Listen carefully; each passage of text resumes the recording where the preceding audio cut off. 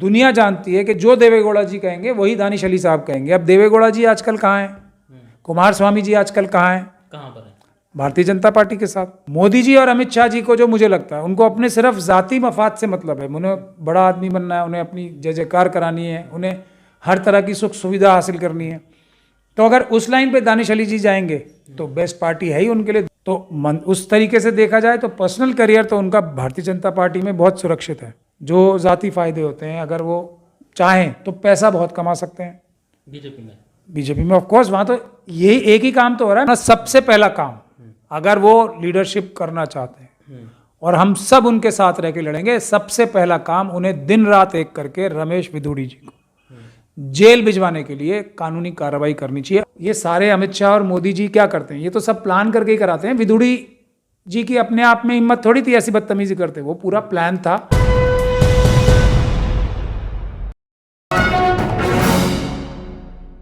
अभी बसपा पार्टी से जो है कुंवर दानिश अली को निकाल दिया गया है, ये कहकर के वो पार्टी की गतिविधियां जो हैं कुछ पार्टी विरोधी गतिविधियां कर रहे थे, इस तरीके की बातें कह करके उनको निकाल दिया गया। जिस तरह संसद के अंदर एक सांसद ने दूसरे सांसद को नाजेबा अल्फाज किए, किस तरीके से उनको कटवा कटमुल्ला इस तरीके से बोला बीजेपी के सांसद रमेश विधुड़ी ने, उनके खिलाफ तो कोई कार्रवाई नहीं हुई, लेकिन कुंवर दानिश अली की पार्टी ने उनके खिलाफ जरूर कार्रवाई कर दी है। इसी पर बात करने के लिए महमूद प्राचा मेरे साथ मौजूद हैं। अब ये जो पूरी कार्रवाई हुई है पार्टी की तरफ से, प्राचा साहब किस तरह देख रहे हैं आप, क्या सहानुभूति मिलेगी? अगर सहानुभूति ही एक किसी लीडर का, कायद का, एमपी का अल्टीमेट गोल इन लाइफ है, यानी कि अपना आखिरी लक्ष्य जिंदगी का यही है, तो सहानुभूति लेने के तो बहुत सारे तरीके होते हैं।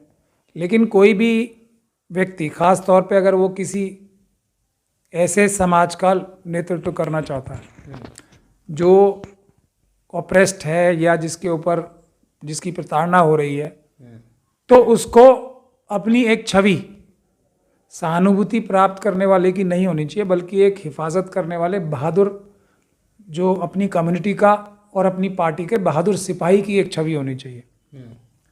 तो ये महत्वपूर्ण बात है। वरना तो बहुत सारे लोग हैं, हम टीवी पे देखते हैं, बहुत सारे जो मुसलमानों की शक्ल बना के टीवी पे जाते हैं और फिर वहाँ गाली खाते हैं और सहानुभूति प्राप्त करते हैं और फिर आके बाहर भी आके पैसे इकट्ठे करते हैं कि देखो हमें इस तरह से बदतमीजी की टेलीविज़न पे। तो ये एक अगर कोई प्रोफेशनली ही क़यादत को लेता है कि क़यादत भी या लीडरशिप भी एक तरह का धंधा है, बिजनेस है, तो उस हिसाब से तो सहानुभूति लेने के लिए कोई स्ट्रैटेजी बनती है और उसको इम्प्लीमेंट किया जाता है। मैं उस पर क्या बोल सकता हूँ, ये तो आपको दानिश अली साहब से पूछना पड़ेगा कि क्या इसमें कोई वो ऐसी स्ट्रैटेजी बना रहे हैं कि इससे उन्हें सहानुभूति मिले ज़ाती तौर पे। तो नहीं, सहानुभूति तो उनको मिली बहुत, जब संसद में उनको पूरे उनके ज़रिए पूरे मुसलमान कम्युनिटी कोई जो है माइनॉरिटी कोई जो कहा गया वो सबके सामने है, मैं उनको दोहराना नहीं चाहता। लेकिन अब जैसे कानूनी कार्रवाई करनी चाहिए थी, क्या कोई ऐसी कानूनी कार्रवाई की गई थी दानिश अली के ज़रिए? देखिए, उनको ज़ाती तौर पे जो एक शुक्ला साहब हैं, जर्नलिस्ट हैं एनडीटीवी के, जो कि एनडीटीवी अडानी साहब का है, वो शुक्ला साहब ने उनकी बहुत ही अच्छी रोते हुए तस्वीरें शाया की थी और उससे उनको ज़ाती तौर पे सहानुभूति मिली कि वो एक ऐसे निरीह प्राणी थे, ऐसे कमज़ोर व्यक्ति थे कि जिनको गाली भी दी गई और उसका उन्होंने पलट के कोई जवाब भी नहीं दिया। हाँ, रोते रोते अपने घर आ गए और उसके बाद शुक्ला जी को बुला लिया, एनडीटीवी के अडानी जी के शुक्ला जी को बुलाया और शुक्ला जी ने उनकी एक बहुत ही ऐसी स्थिति प्रस्तुत की कि ये आदमी हर तरफ से पिट के ज़मीन पे गिर के रो रहा है। तो अब उसमें सहानुभूति तो मिलनी थी। कोई भी व्यक्ति जो नेता होगा वो ऐसे व्यक्ति को, क्योंकि वो अपने आप को नुमाइंदगी नहीं कर रहे थे उस वक़्त वो अमरोहा के बहादुर अवाम की और मुसलमानों की और बसपा पार्टी की नुमाइंदगी कर रहे थे। इन तीनों को, बसपा को जो कि एक बहादुर पार्टी मानी जाती है, जो और अगर उनके लीडर्स की अगर हिस्ट्री देखी जाए तो उनके ऊपर एक से बढ़कर एक जुल्म हुए, लेकिन उन्होंने हर जुल्म का मुंह तोड़ जवाब दिया। उनकी छवि बसपा के लीडर्स की ऐसी जानी जाती है, और अपना अपर हैंड रखा सब जगह, ऐसी छवि मानी जाती है। अब एक तो उन्होंने बसपा पार्टी के एक एमपी की इतनी ज़्यादा धुलाई और उसकी रुलाई ये पेश की, तो बसपा की लीडरशिप को अच्छा लगा होगा या बुरा लगा होगा, मैं इस बारे में क्या बोल सकता हूँ। दूसरा, मुस्लिम कम्युनिटी जो एक बहादुर कम्युनिटी है, उसका क्या हुआ होगा? उसको सहानुभूति चाहिए थी या कोई अपने हक की आवाज़ उठाने के लिए कोई मजबूत आवाज़ चाहिए थी? ये सवाल भी आपको दानिश अली साहब से पूछना चाहिए। उनको सहानुभूति मिली, लेकिन मुस्लिम कम्युनिटी का क्या हौसला तोड़ा गया और उन्होंने तोड़ने में मदद की? ये सवाल भी आपको दानिश अली साहब से करना चाहिए। और तीसरी चीज़, अमरोहा की बहादुर आवाम, जिसने किसी के आगे सरेंडर करना नहीं सीखा, उनकी नुमाइंदगी करने के लिए जो उनके सबसे बड़े मेंबर ऑफ पार्लियामेंट लीडर थे, उनकी ये हालत की कि वो रोते रोते घर पहुंचे, रोना धोना कर रहे हैं और कोई मजबूत कार्रवाई कर ही नहीं रहे, सिर्फ गुहार लगा रहे हैं मोदी जी से और इनसे। अब मोदी जी ने तो ये सारे, अमित शाह और मोदी जी क्या करते हैं, ये तो सब प्लान करके ही कराते हैं। विदुड़ी जी की अपने आप में हिम्मत थोड़ी थी ऐसी बदतमीजी करते, वो पूरा प्लान था मुस्लिम कम्युनिटी को कमज़ोर करने के लिए, उसकी बेइज्जती करने के लिए, अमरोहा की बहादुर आवाम की बेइज्जती करने के लिए और बसपा जैसी एक मजबूत पार्टी की बेइज्जती करने के लिए दानिश अली साहब पे हमला कराया गया था, और उसका उन्होंने कोई भी जवाब नहीं दिया। नहीं, जवाब तो दिया उन्होंने, काफ़ी आवाज़ उठाई और प्रोटेस्ट भी किया, संसद के बाहर तख्ती लेके अब भी खड़े हुए वो जब संसद शुरू हुई। देखिए, उसके फौरन बाद क्या करना चाहिए?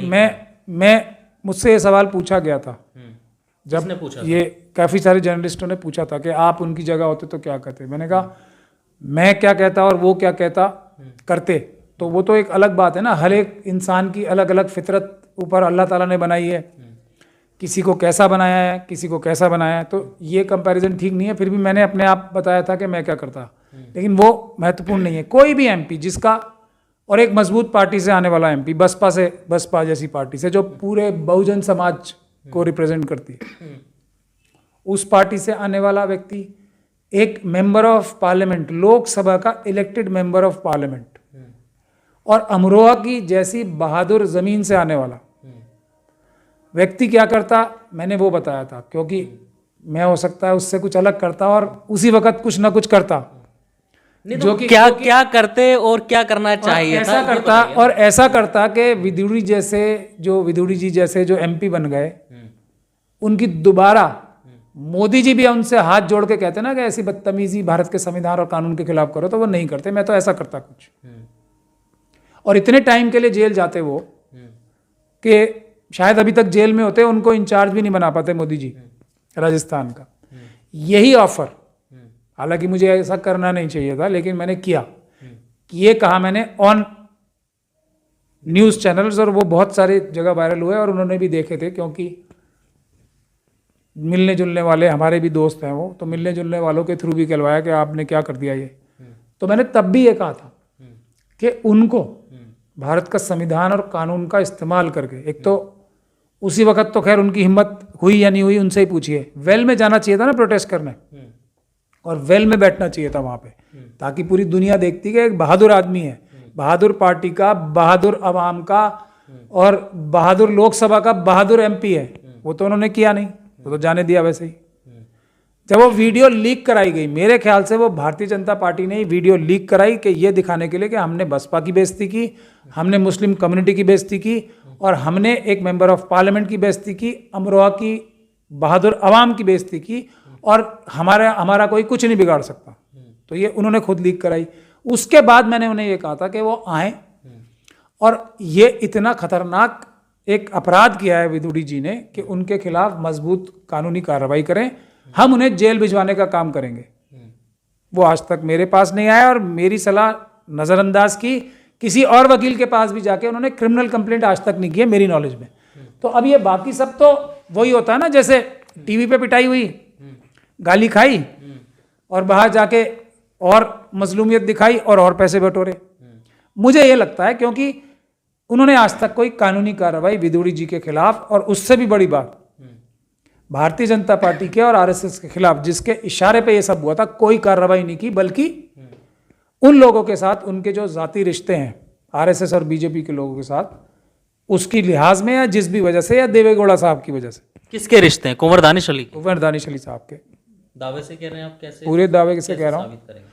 वो मैं उनका अच्छा दोस्त हूँ। वो जब मुझे वहाँ मिले थे, वो एक जब वक्फ की 123 प्रॉपर्टी का जो इशू चल रहा था, तो जो केरल से हमारे सांसद थे, उन्होंने मीटिंग बुलाई थी। तो वहाँ वो सबको रोज़ा इफ्तार के बारे में बता रहे थे और मुझे इनवाइट नहीं किया उन्होंने। इसका क्या मतलब है? मुझे वो बहुत अच्छा दोस्त मानते हैं, आप पूछ लीजिएगा। आज से नहीं, मैं उन्हें 10वें साल से जानता हूँ। कुंवर दानिश अली साहब ने आपको इनवाइट नहीं किया? हो सकता है जहन में ना मैं रही सामने हो। बैठा था ना उनके, तब भी मेरे सामने सबको किया इनवाइट, मुझे नहीं किया। एक बात, चलिए नहीं किया, ये तो अपनी अपनी वो होती है। लेकिन उस पार्टी में क्या भारतीय जनता पार्टी के लोग गए थे या नहीं गए थे, ये आप चेक कर लीजिए। मुझसे और अमित शाह साहब का और मोदी जी का और मोहन भागवत जी का और जितने भी आरएसएस और मनुवादी जो ये चेहरे हैं, 36 का आंकड़ा है या 37 का, ये पूरी दुनिया जानती है। मुझे देखते ही तो इनके संबंध भी खराब हो सकते थे कि ये कहाँ से आ गया यहाँ पे।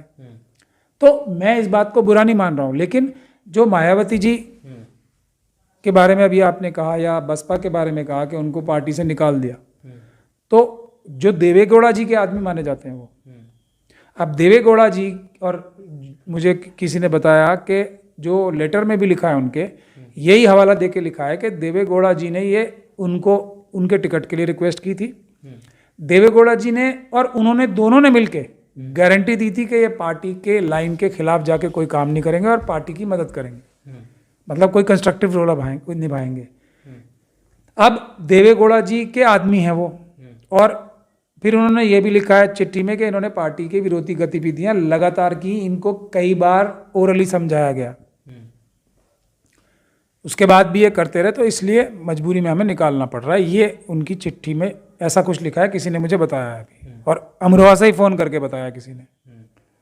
तो अब ये बात समझ लीजिए आप कि जो देवेगौड़ा की वजह से टिकट मिला था, और जो ये बात दुनिया जानती है कि जो देवेगौड़ा जी कहेंगे वही दानिश अली साहब कहेंगे। अब देवेगौड़ा जी आजकल कहाँ हैं? कुमार स्वामी जी आजकल कहाँ हैं? कहाँ पर है?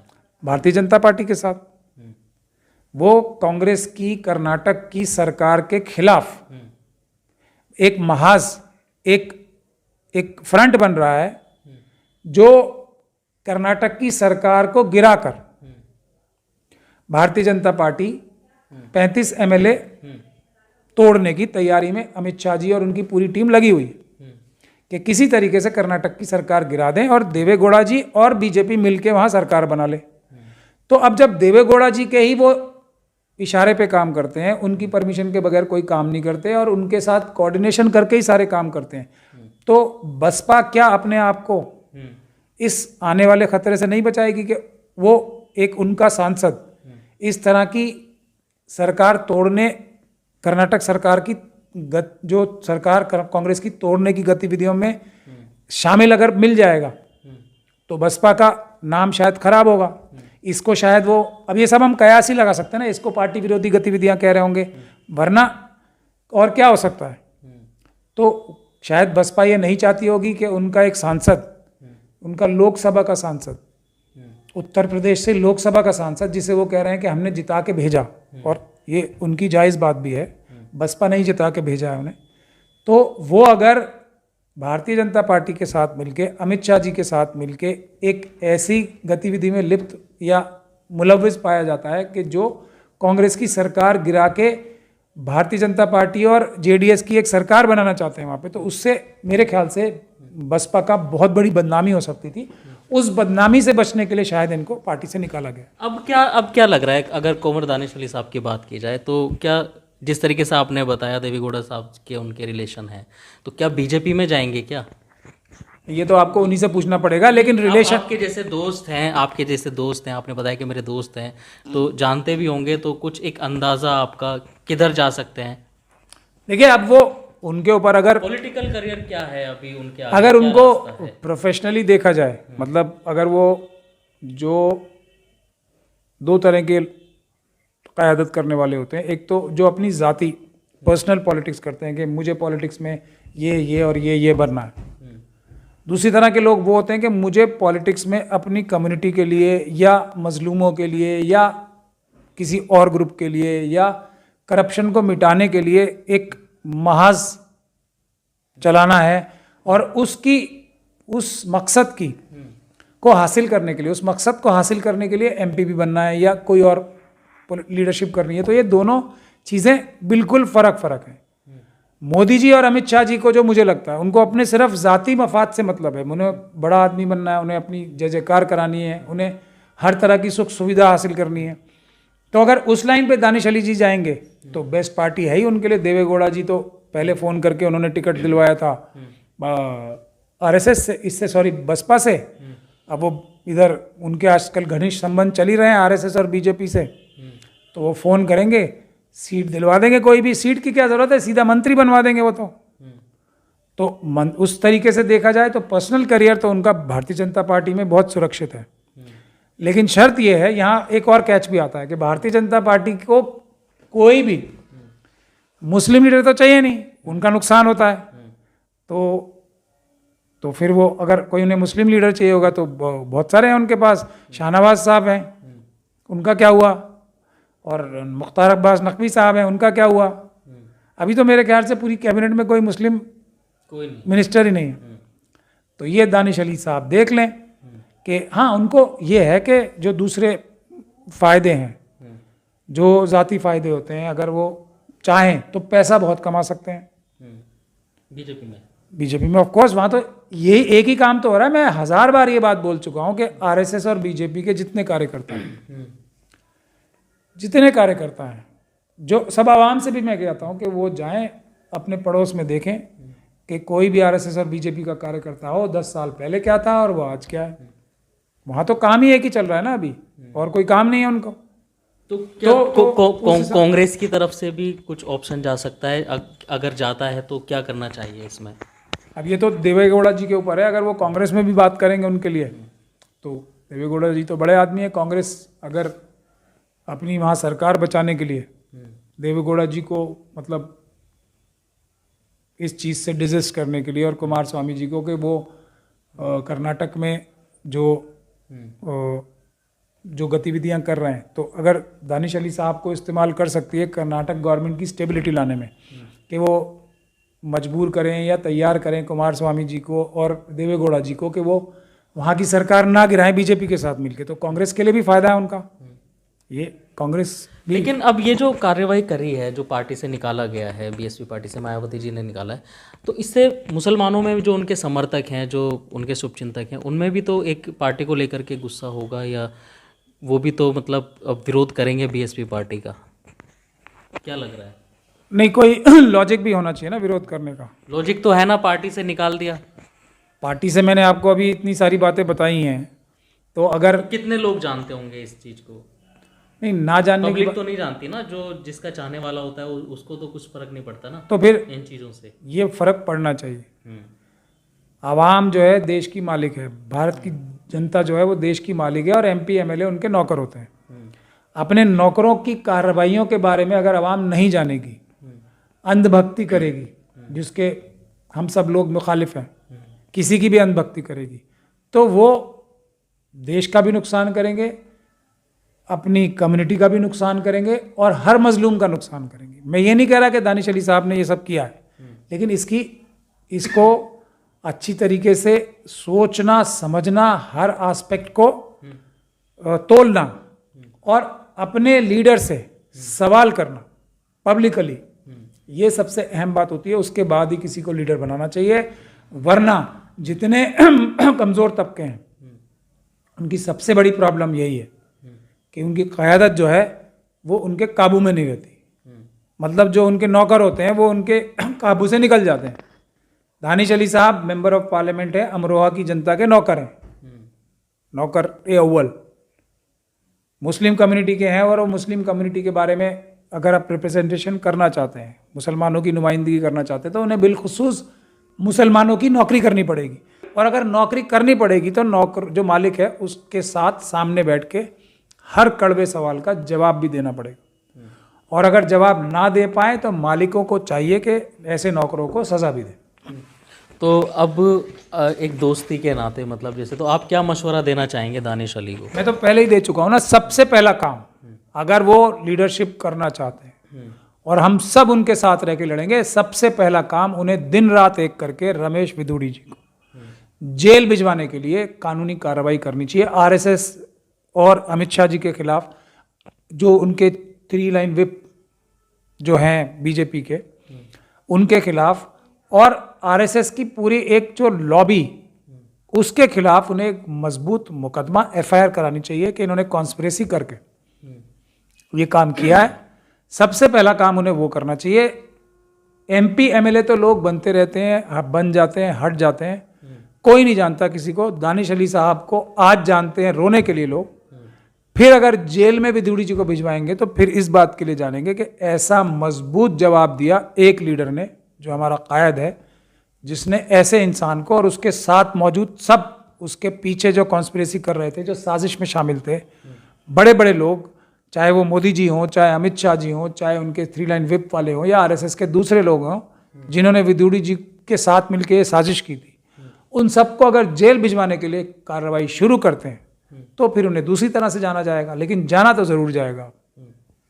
तो ये माना जाए कि मायावती ने अपनी पार्टी से निकाल करके बिल्कुल ठीक किया। मैं ये देखिए, वो इतनी आरोप तो उन पर भी लगता है कि ये भी जो है बीजेपी के लिए काम करती हैं। अब आरोप की बात अलग होती है, तथ्यों की बात अलग होती है। आरोप तो किसी के ऊपर भी लग सकता है, आरोप किसी के, लेकिन मैंने आपको जो भी बात बताई है लॉजिकली बताई।